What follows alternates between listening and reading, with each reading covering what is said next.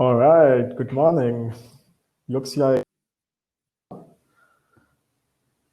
we have a few people already here, but maybe we should wait for some more time before we begin. All right, people, good morning, everybody. Good afternoon, good evening, depends where you are. I'm sitting here in Berlin, so it's early morning for me. And our guest speaker, Cole, is sitting in Hawaii, so it's probably late in the night for him. Is that right, Cole? Yeah, it's 10:30 p.m. for me. Yeah, Oh, here in wow. Hawaii. Nice. Okay, so once again, we are probably going to wait for maybe 5 minutes before we begin. We're going to talk about finding the right guests for your podcast today. And Cole will begin, and I will take on a little bit afterwards to talk about memberships and how they can help you drive engagement and find guests and do stuff like that with your podcast, right? So just a quick couple of quick housekeeping notes. If you have any questions, it would be amazing if you could put them in the questions tab on the right hand side. So I think we will start with Cole's session, and then I will talk for a bit, and we will take all the questions at the end together. So would be nice if they're all in the questions tab, so we can address them one by one at the end. Is that okay, Cole? Am I missing out on something? Yeah, no, that's great. I'm gonna switch over to my presentation here. Hopefully, everybody can see that. Okay. So for those of you who don't know me, I'm Cole Raven from Podchaser. We're a startup that have been around for a few years, but we do a few different things. If you're not familiar with the service, there are ratings and reviews on Podchaser, and we also track credits and guest appearances. So something that as a company we've been doing for a while now is making podcast guest placements and just facilitating that connection between the podcast host and potential guests that want to appear on podcasts. So me and my team, we have a lot of experience in that conversation and in making connections happen in finding guests for your show, or if you're looking to appear as a guest on podcasts. That's something that's the space that we work in, basically. And so this presentation will mostly be, I don't have a podcast myself, so this presentation is going to be from the perspective of somebody who has been on a lot of podcasts. So it's evening for me right now. I actually have my microphone and everything set up because as soon as I wake up tomorrow morning at 8 a.m., I have a podcast interview on a podcast called Code Story. So I'll hopefully share some new tips and tricks here on, if you are a podcast host, some new fun, interesting ways that you might be able to find guests for your show that you hadn't thought of before today. So I'm going to skip to the next slide here. So one thing I want to cover just right at the beginning really quick is remembering to think about the content and the purpose of your podcast. So there was a reason why you started your podcast to begin with. It's very important that you remember that when thinking about booking guest interviews. So you might have grand ideas about all of the people in the world that you would love to interview for a variety of reasons, but it's always important to take a step back and just remember to think about the purpose of your show, because this is something that your listeners are more aware of than you think. And if you're interviewing somebody who, if you have, say, a podcast about real estate and you interview somebody in a totally, like a molecular biologist comes on your show that has nothing to do with, the reason why your show was created, you're going to lose listener trust very quickly. And that's something that they won't always share with you. You'll just end up losing subscribers. So just make sure that when you think about guests that you're reaching out to, that it just fits the theme of your show. And then a few things to think about are they well spoken? Are they easily understood? So it's always a good idea, and this is something that you could use Podchaser or even something like YouTube for. If you're thinking about having somebody on your show, I always recommend going to have a listen to past interviews that they've done first. And even if it should only take you maybe 5 or 10 minutes to listen to something else that they've talked about, to see if the things that they're talking about are the things that you want them to talk about, like on your show. And also just if they're well spoken, and if they speak about their area of expertise in a way that you believe your audience will find interest in and easily understand.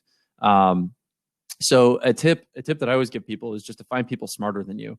So this is something that we use at Podchaser often when we just go about our hiring process. So I make it a habit of just hiring people that are smarter than me on our team. But when you interview people for your podcast, you want to be able to position yourself in the listener's shoes and think about it in a new light. So if you have somebody on your show and you're not necessarily an expert in everything that they're an expert in, or if they're even smarter than you in certain areas, you're going to ask them questions that your listener is also wishing that they could ask them, which is a hallmark of a really great interview. If you're asking questions that listeners wish they had the answer to.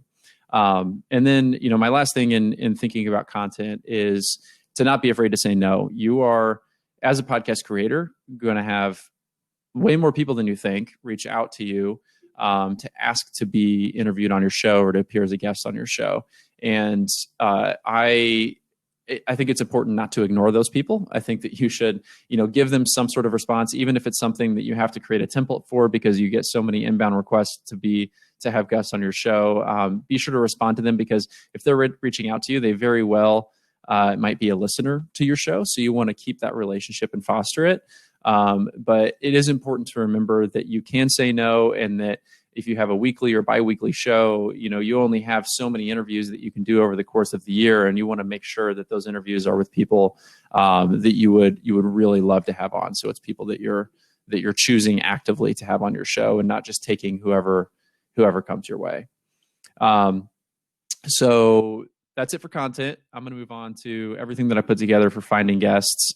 So these are things that actually we do at Podchaser. So we work with different universities. We work with PR agencies. We're placing executives on podcasts. We recently placed a guest on Gimlet's Science Versus podcast that got over 600,000 downloads. So these are the things that we actually do to do this for on behalf of the podcast and on behalf of the guests. So the first thing is just utilizing Podchaser. I've got to plug it in here at the beginning.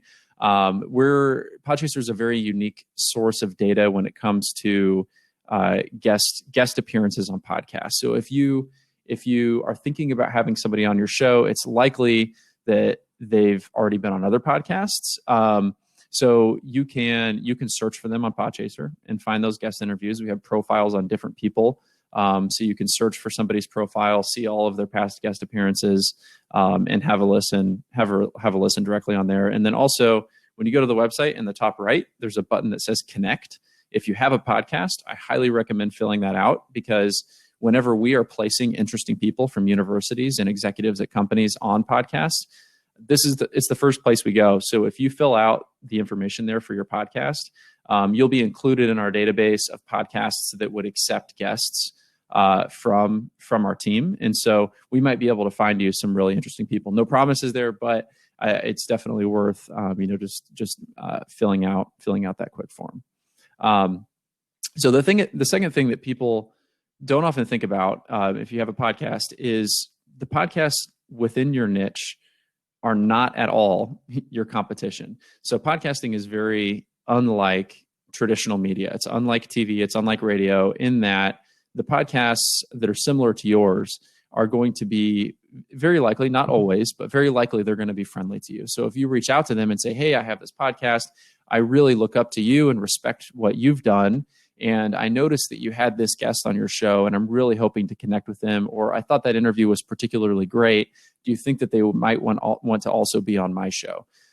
That's something that I don't see people doing often enough, and I think that it's a really great resource. So if you're likely already familiar with other shows similar to yours in the space, so just don't be afraid to build a relationship with those people, because then once you have a relationship with those other hosts, if they have great interviewees on their show, they might even just start introducing you to people that you never would have met before.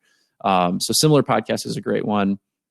Blogs and trade publications. So if you say, we'll just use the real estate example, there are tons of blogs and different, even traditional things like magazines about real estate.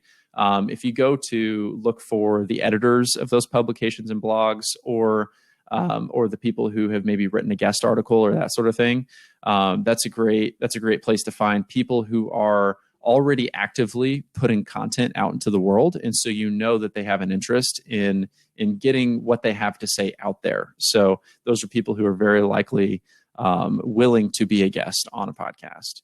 The fourth thing, this isn't so relevant today, obviously, but live events. And anytime you meet somebody in person, it's kind of weird to do this sometimes. And I know it feels weird, but don't be afraid to talk about your podcast like in person when you're meeting people face to face. You were so used to being behind a microphone and meeting people over, talking to people over computers and Zoom and Skype and all that. But this is something that I've actually been on a few podcasts because I met people at a podcasting event that said, hey, I have this podcast about podcasting or this podcast about startups, and I would love to have you on my show. And we scheduled the interview right there in person because they actively pursued that with me. And then look for people who have something to promote. So these are people who have written a book recently, or even if they're an actor, like if they're in film, typically, especially even if it's like a lower budget film, these are people who are sometimes required to make so many media appearances. And so you can actually, give them an easy way to do that by reaching out and saying, hey, I saw that you have this movie coming out, or you're going to be on this TV show. If you're looking for media opportunities, like I have this podcast, it's about movies, or, it's about whatever. It doesn't have to be exactly about, that film or that industry, even if it's about, their experience working as an actor, or their story, or their background of where they came from. If that fits into the theme of your show, that's great. And it gives them an opportunity to promote, that movie that they're coming out with, or that book that they just wrote, or, if it's an artist, maybe they, are participating in an art show, or even like, I just met somebody who is a poet who just wrote a book on poetry. And so they're going to different speaking events, but that's a great potential podcast guest. So that's just something to think about. Even if you look at the local events happening in your area, see who the people are who are participating in those events. And they may want to be on your show. And then ask your listeners. This has mixed results, in my opinion. Sometimes, you created your show, what you want your show to be.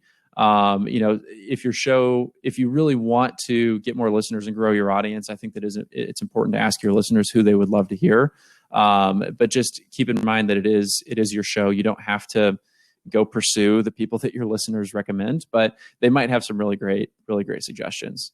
And then ask your guests. I think this is one that not enough people do. So anytime you interview somebody on your show, you now have a very intimate relationship with that person because you spend a long time talking to them. So even before your interview starts, this is something that I'll hit on a little bit later, before the interview even happens, say, hey, I would love to know if a couple people who might also want to be on the show that are like you, or, have expertise related to yours. And then if you haven't done this, go back to your past guests and send out an email blast and ask if they know anybody. And then this is something that I think I would reserve for if you're looking to reach out to like celebrities or anybody, quote unquote famous. I think that I've seen this work. If you take the time to write a handwritten request and find either their business, address, or a good place to reach them, write a letter, mail it to them, get a small gift and mail it to them with a handwritten letter and say like, hey, I really respect this work you've done, or, I've been following you on Twitter and I thought that tweet was hilarious, or whatever. I don't know, something to make a personal connection with them that's handwritten. Nobody really does that nowadays. It's going to get their attention. And so, put like a business card for your podcast or a link to it or something, right there, easily accessible for them, so they can go listen to it. But I think that's a unique idea, and I've seen it work. So it's something to try. And then this is something that I've seen a lot of people do in the sales world is record a video of yourself and talk to the person just like you would if you met them for the first time, but record a video and send it through email. It's very likely that person's going to be intrigued and they're going to watch that video. Make it just like 2 or 3 minutes long and say, introduce yourself and say, hey, I'm so-and-so with this podcast. I would love to have you as a guest on my show. I just wanted to reach out personally because I love the work you've done and I think that you would be a great guest. It can be super simple, get funny with it, get creative with it, but that's I think a really great idea and something that I've personally done and it's worked. And then be sure to engage with them on social media before reaching out to them. If it's somebody that you think that you might have a hard time reaching, these people, they're like the rest of us. They pay attention to their social media. They're going to see and recognize your name if you're somebody who regularly comments on their LinkedIn post or somebody who regularly comments on their tweets or Facebook posts or whatever.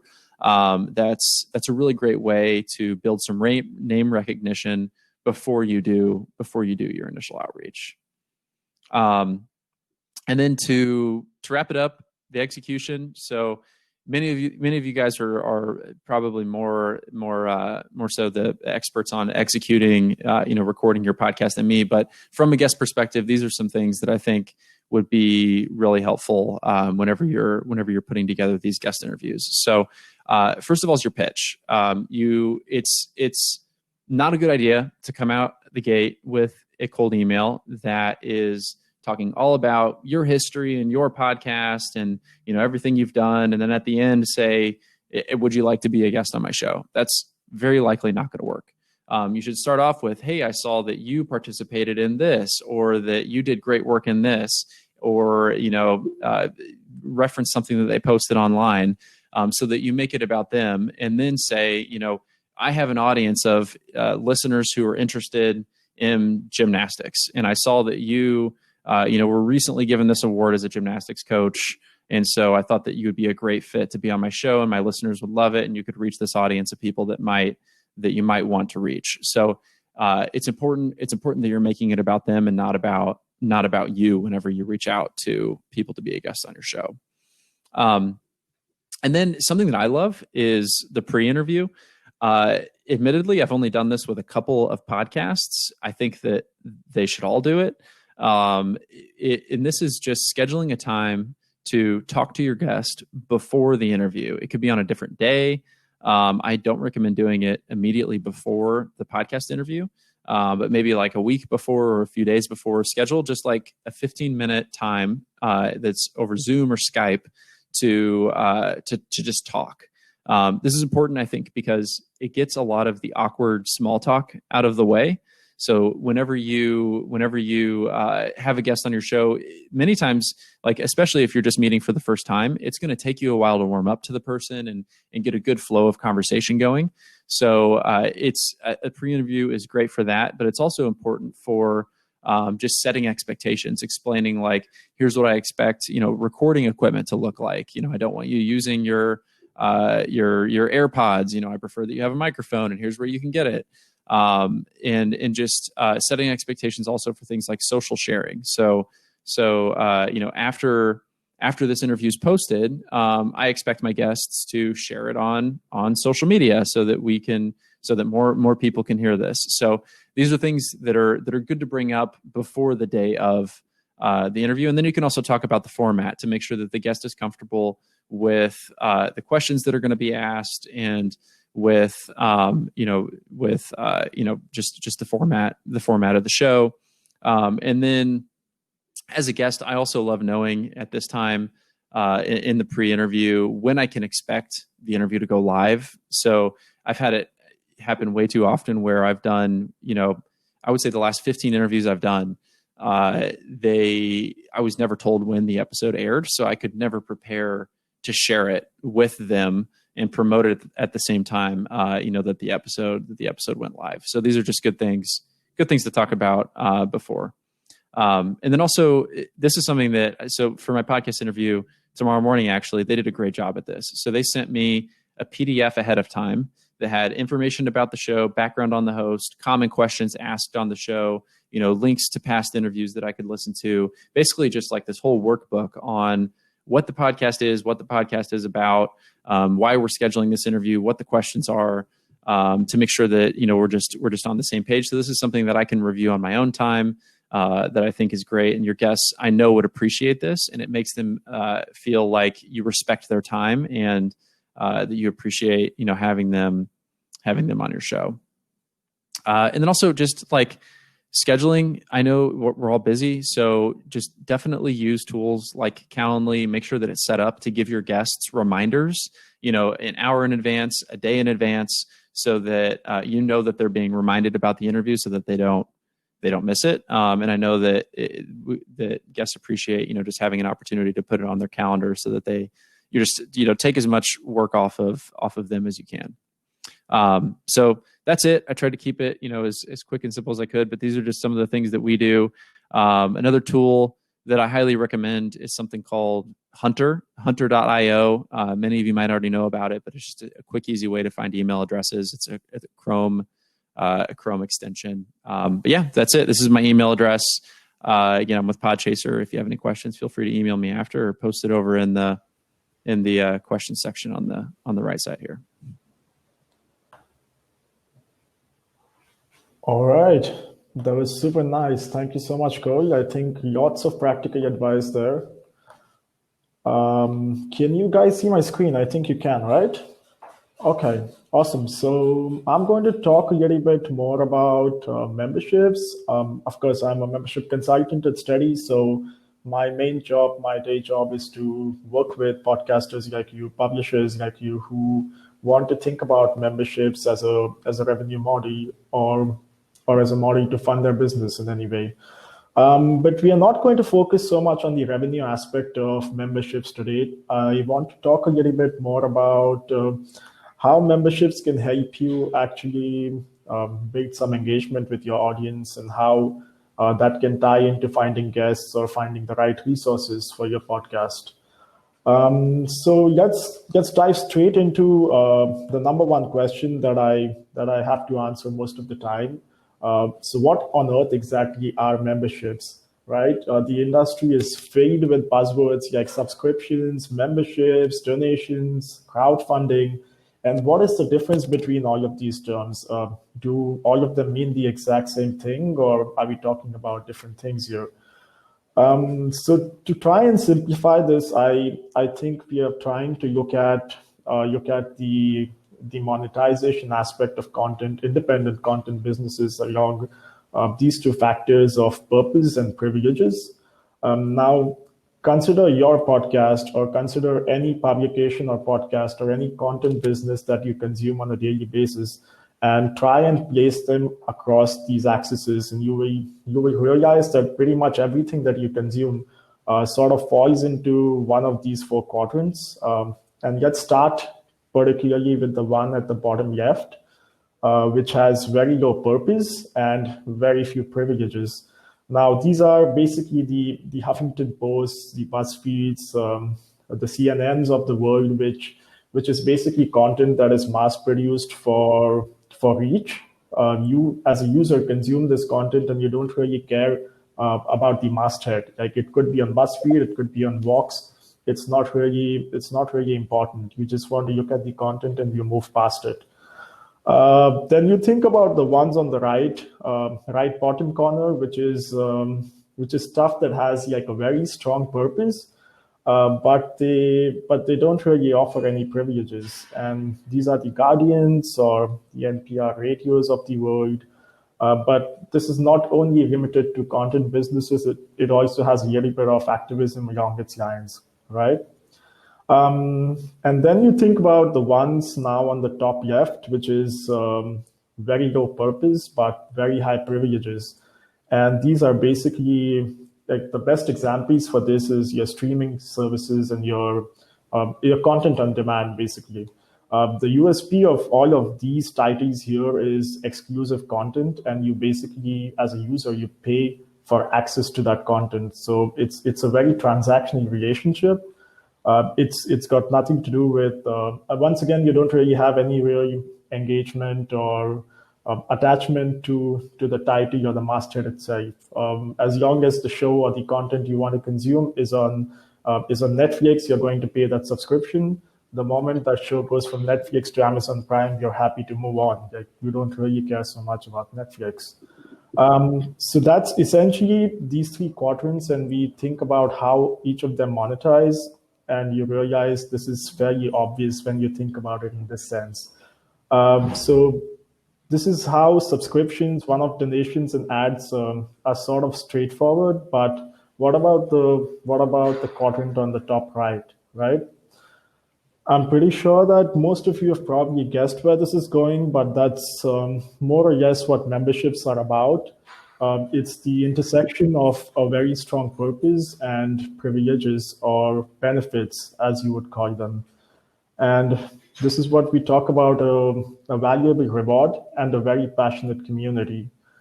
And I think this is extremely relevant, especially for podcasts or for independent podcasts, because I think as a podcaster, you have a very strong relationship with your audience, and people are listening to you on a daily basis or a weekly basis. Also, I think a very, very strong thing that works for podcast is that because you're basically in somebody's ears, you're basically in their head all the time. So I think it's a very, very strong case for podcasts to consider memberships as a business model or a revenue model. But the question is also in terms of how does this work? So we already spoke a little bit about purpose and privileges, and I think I will go a little bit more in depth about what that can mean. But the important question here that I want to focus on the most is participation, participation, and participation. But before we go on to that, let's look at some of the reasons why people become members of a particular product or a particular publication or a podcast.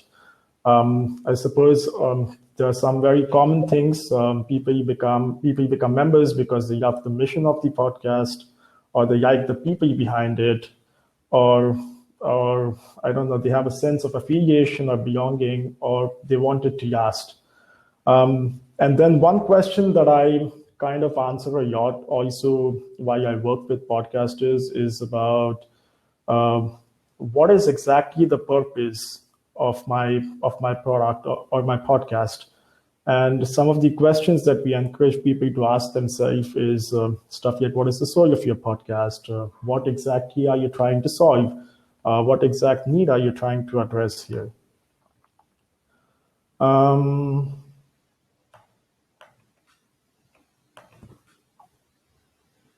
sorry, I'm just going to quickly take a look at the members tab. All right. And then we move on a little bit more towards the privileges or the benefits that you offer your paying members. And this is where I want to tie this back into the whole engagement aspect of memberships. We are talking about exclusive content or real life experiences and stuff like this. But the part that I want to focus most on is the community aspect or the community features of membership businesses in content creation. Right, so there's a lot of stuff that you can offer your paying members in terms of exclusive access to your core community of audience, people who basically share that common interest and would like to engage with each other. But the part that I want to talk about most is how this can help you build engagement. I think one thing that I'm starting to feel more and more as I work with podcasters is that because of the very format of the medium itself, it's very hard to have real-time engagement or even post-engagement with your audience. I think most of the people that I talk to who are running podcasts of every different size do not really have like a mailing list or a newsletter list. They barely have a website. Some of them do, most of them don't. So there's very few places for your audience, even when they are listening to you all the time, every week, to really engage with you and talk to you and tell you about how they feel about stuff, or what they would like to hear more about, or what kind of people they would like to hear more from. And then this is why I think we want to now look at one particular case study that does this really well. This is again like a screenshot from a case study that was written by one of the journalists for Crowd Reporter, which is one of the largest member-funded long-form journalism projects based in Germany. I think they have more than 13,000 paying members at the moment, and they do a lot of this. They do a lot of their journalism based on feedback and stuff that they receive from their members. And if you can see this graph that I'm trying to show, I think what they're trying to highlight here is the impact that surveys can have on engagement. So the graph on the left is talking about how many, I'm sorry, is talking about how many articles a particular member consumes, how many additional articles a particular member consumes once they've answered a survey, as compared to when they have commented on the website or commented on an article. And you can see that the impact from surveys is a lot more long-lasting than the impact from every other forms of engagement. And on the right-hand side, it's talking about how many members are consuming content, like between people who have actually never taken a survey and people who have actually taken a survey. And you can see again that the difference between surveys and comments is very high. The entire playbook is actually available on this particular link, and I think it's there at the end of this presentation, so you should probably access it a little bit later.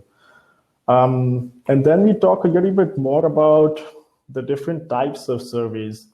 I think this is super important to think about the fact that most of us as content creators, and again, I'm also talking a little bit more from my personal experience because I also run a small travel blog, and I started it off as a hobby, and over time I started to gain an audience that wanted a particular kind of content, but I was very focused on what I wanted to do, and I wasn't very open to receiving feedback about what my audience wants to serve.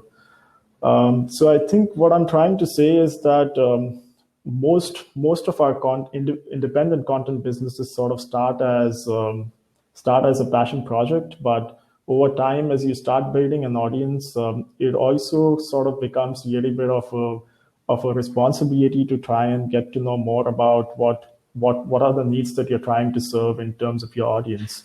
And this is where, again, surveys come to play a big part. There are you can use surveys for different kinds of stuff. And once again, if you go to the playbook, you will probably find templates to different sorts of surveys. But the one that I want to focus again on is the third one here, which is to ask for resources. I think it's super cool when you're able to talk to your audience. I think Koi spoke a little bit about how this could sometimes have mixed results. But my opinion and my experience in this has been that a lot of times people who listen to your podcast or people who consume your content, be it in the form of written word or video or audio, they also have certain aspects where they probably know more about a particular topic than you would. And I think a very good example of this, for example, is now when we are talking about the entire Black Lives Matter movement. Let's assume that you're doing a news or a reading list kind of podcast, and you want to probably talk about this particular topic, but it's not something that you probably feel very comfortable about.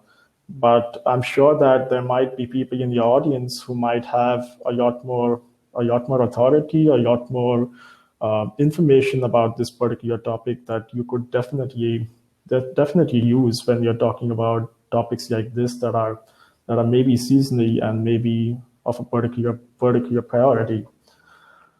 And then there are some more types of surveys that you could do to ask about experiences, source the crowd's knowledge, and ask what matters. I think a lot of this information is maybe too much to consume in this particular format, but I will again send a link to this particular playbook to you, which you can look at afterwards. But my opinion again is that using surveys as a form of engagement is extremely important in the long term to build that sort of engagement with your audience, to build that relationship, to get them to participate more and more in the direction that your podcast is going in. And at the end of this, there is a small sample survey that I put together. Let me know if you're seeing the screens, Jay. Actually, I'll check. I probably need to change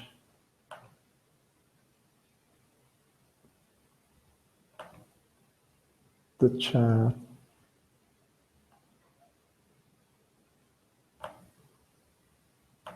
Just give me a moment. I need to probably change my tab here.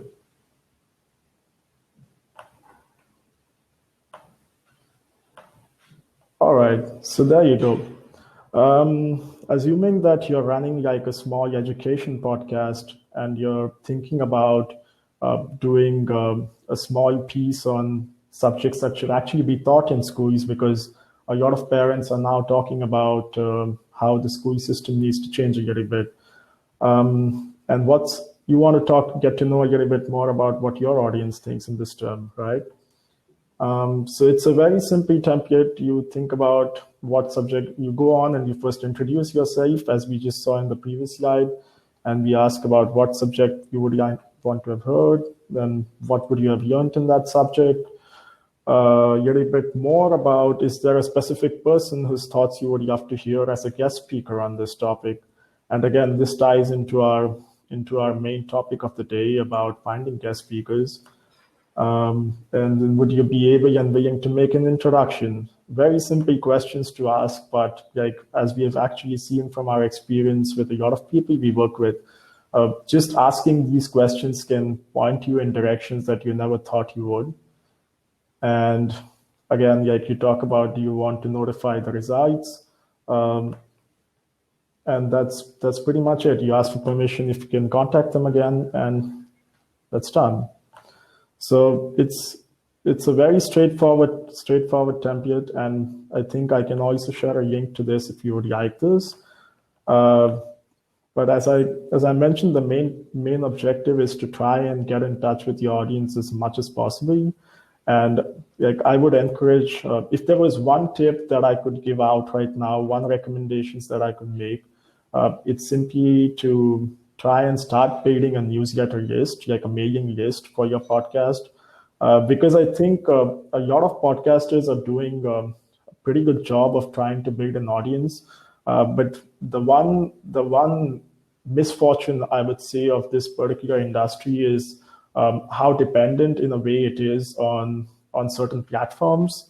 You would think about like your hosting platform, for example, your social media, or also like your own website, maybe. All of these things are things that are very hard to reach your own audience on. So it's very important in a way, I think, to get ownership of at least one mode of communication with your own audience, and which is why newsletters come into play.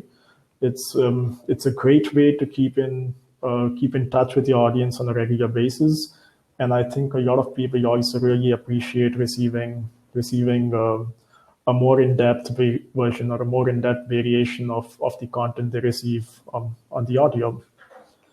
And that's pretty much it from my side. I'm gonna maybe also talk a little bit about. Oh yeah, I need to remind people that we are also doing. There you go. Yep. So if you probably haven't heard, we are also doing a small accelerator of sorts for podcasters, for independent podcasters, where you can gain access to expert consulting and a funding of close to 2,500 euros each to help build your podcast into a member-funded project. The entries, I are still open until the 15th of June, after which we will, like our expert judges will pick 3 winners who will win this prize. And I think that's pretty much it. I think Cole will probably be very happy to take any questions now. And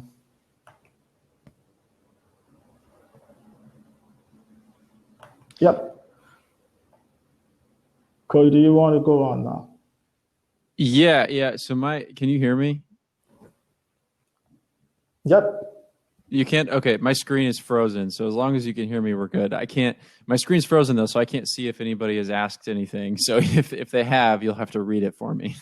Yeah, sure. So Jack Vincent has a question for Cole. I will fill out the form on your website. I'm looking for storytellers, literary, marketing, music, etc. Is this something I can find on Podchaser? Yeah, I would definitely fill out that form first, but I would look in specific categories of podcasts. So if you use the search bar and search for even the word like storytelling, it's very likely that people have tagged different podcasts using that word, and so you can look for podcasts that are similar to maybe what you're doing, or who might just have covered similar topics. So maybe there are podcasts about storytelling or podcasts about marketing, and look at the guests that they've had on. I would use Podchaser as a tool in that way. But yeah, definitely fill out the form too. But then try to dive deep within each category and see if you can find a hidden gem of a show that's similar to yours, or somebody who's had guests that you might want to have on. And then email them and ask, if they might be willing to introduce you to somebody, or reach out to those people directly. Yeah, does that answer your question, Jack? Like, just to add on to that, I would say also that it's probably there are probably 2 ways to go about it. One is obviously to find a guest and then find the topic that you want to focus on. But in a lot of ways, it's also maybe a good idea to first narrow down on the exact topic you want to talk about, and then it becomes maybe easier to find the right guest. But again, like that sort of depends from each situation to situation. So sometimes it's a lot easier to find a particular guest and then like narrow down on an exact topic. All right. So any other questions? Jack also wants to know if we can send a copy, which I think somebody from my team already answered. Yeah, we will definitely send out a copy of this podcast this webinar at the end of this hour. And I think you can also probably receive a link to the study community, where there's lots of other people like yourself, but also people from my team who regularly talk to other people about different aspects of podcasting and content creation, and also how to monetize them using memberships. So, all right, then, if there's no other questions, I guess we can wrap this up. Cole, do you have any parting words of wisdom? No, thanks everybody for joining. I appreciate you taking the time to listen. So yeah, no, thank you. It was nice to virtually meet everybody from sunny Hawaii. Nice. Yep. All right then. Thank you so much, Cole. It was really kind of you to take time out that late in the evening for us and for everybody else. I would definitely recommend that everybody who's doing podcasting seriously also take a look at the Podchaser website, set up their podcast there, because I think it's a great place to have your podcast discovered by other people. And if you have any questions in terms of memberships, you can always reach out to me. My email ID should be available in the email that goes out to you at the end. And that's pretty much it then. If there's no more questions, I guess we can say goodbye. Thanks so much. See ya. All right. Thank you so much, guys. Bye-bye now.